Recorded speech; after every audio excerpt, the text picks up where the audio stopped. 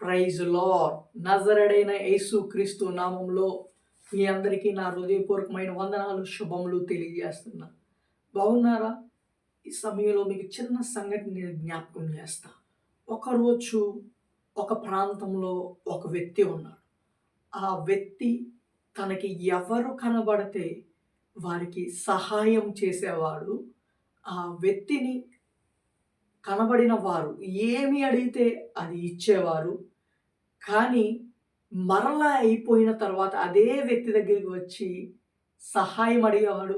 మరలా వారు పొందుకొని వెళ్ళేవారు. కానీ మరలా వచ్చేవారు. కానీ ఆ వ్యక్తి ఒక రోజున ఆలోచిస్తున్నాడు. ఇంతమందికి నేను సహాయం చేస్తున్నాను కదా! కానీ వీరు మరలా వచ్చి నన్ను అడుగుతున్నారు.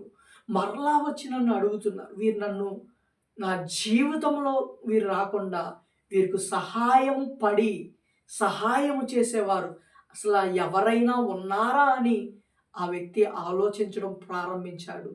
కానీ ఎప్పుడైతే ఆ వ్యక్తి ఆలోచించడం ప్రారంభించాడో ఆ వ్యక్తి దగ్గరికి అనేకులు వస్తున్నారు కానీ ఆ ఆలోచనకి అంతు చిక్కింది ఏమిటి అంటే గనక అదే పరిశుద్ధ గ్రంథంలో అపోస్తుల కార్యాలు 3వ అధ్యాయము 6వ వచనంలో మనం చూసినట్టయితే నజరేయుడైన యేసు క్రీస్తు నామమున నడవమని చెప్పాను. ఆమేన్. ఆ వ్యక్తి ఎప్పుడైతే అనేకులు వస్తూ సహాయం అడుగుతూ చేస్తూ ఉన్నాడు. అనేకులు వస్తున్నారు, సహాయం అడుగుతున్నారు, అతడు చేస్తున్నాడు. కానీ మరలా అతడు దగ్గరికి వచ్చి సహాయం అడుగుతున్నారు.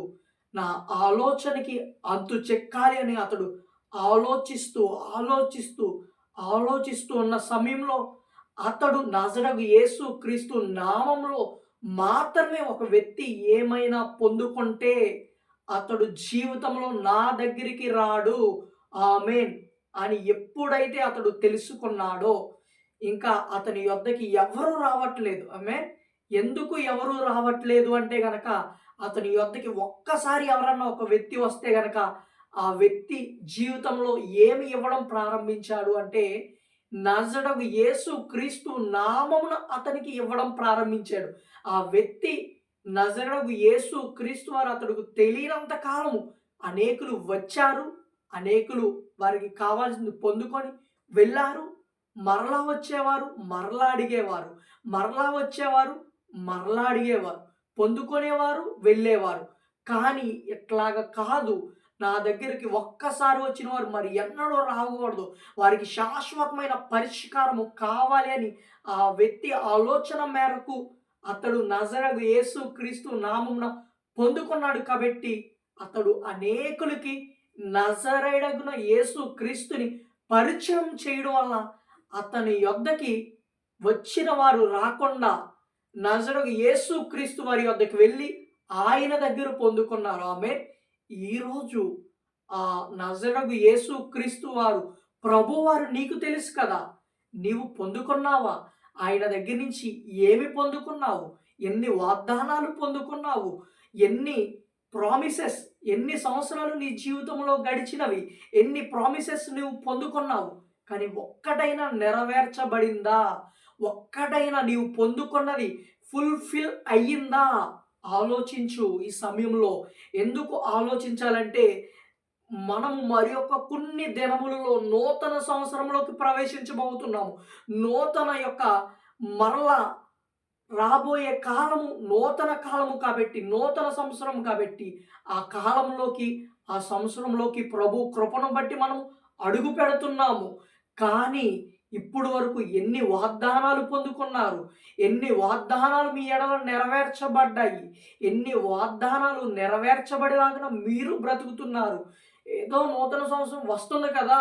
చర్చిలో వాగ్దానం ఇస్తారు కదా అని మీరు తీసుకోవచ్చు. కానీ ఇచ్చిన వాగ్దానమును దేవుడు నెరవేర్చేలాగా మీరు బ్రతకగలుగుతున్నారా? మీరు జీవించగలుగుతున్నారా? లేదా వచ్చే ప్రతి సంవత్సరం వస్తుంది, వెళ్ళిపోతుంది, వస్తుంది, వెళ్ళిపోతుంది కదా అని నీ జీవితం కూడా అట్లాగే వెళ్ళిపోతుంది. కానీ దేవుడు ఇచ్చే ప్రతి వాగ్దానము కూడా నీవు దేవుడివిచ్చాడు అని నమ్మితే దేవుడే దాన్ని నెరవేరుస్తాడు. దేవుడు నెరవేర్చాలి అంటే గనక ఆ ఇచ్చిన వాగ్దానముకు తగినట్టుగా మీరు నేను బ్రతకగలిగితే గనక ఖచ్చితంగా దేవుడు ఇచ్చిన వాగ్దానములను నెరవేరుస్తాడు. ఎందుకంటే ఆయన నరుడు కాదు. ఆయన మాట తప్పడానికి దేవుడు కాబట్టి ఖచ్చితముగా ఆయన వాగ్దానాలు నెరవేర్చడానికి సిద్ధముగా ఉన్నాడు. నూతన సంవత్సరంలోకి ప్రవేశించబోతున్న నేను మీరు కూడా ఆయన సన్నిధిలో కనిపెట్టి, ప్రభువా మీరు నాకు ఇన్ని వాగ్దానాలు ఇచ్చారయ్యా, ఇన్ని ప్రామిసెస్ నేను పొందుకున్నాను దేవా అని మిమ్మల్ని మీరు పరీక్షించుకొని ఆ వాగ్దానాలు నెరవేర్నియా లేదని ఆయన పాదాల దగ్గర కనిపెట్టి నూతన వాగ్దానమును మీరు పొందుకోగలిగితే గనక ఆ నూతన వాగ్దానమును మీరు ఎట్లాగైతే పొందుకుంటున్నారో నూతన సంవత్సరము, నూతన జీవితమును, నూతనమైన కార్యములు దేవుడి యొద్ద నుండి మీరు పొందుకుంటారు. ఆమేన్. God bless you.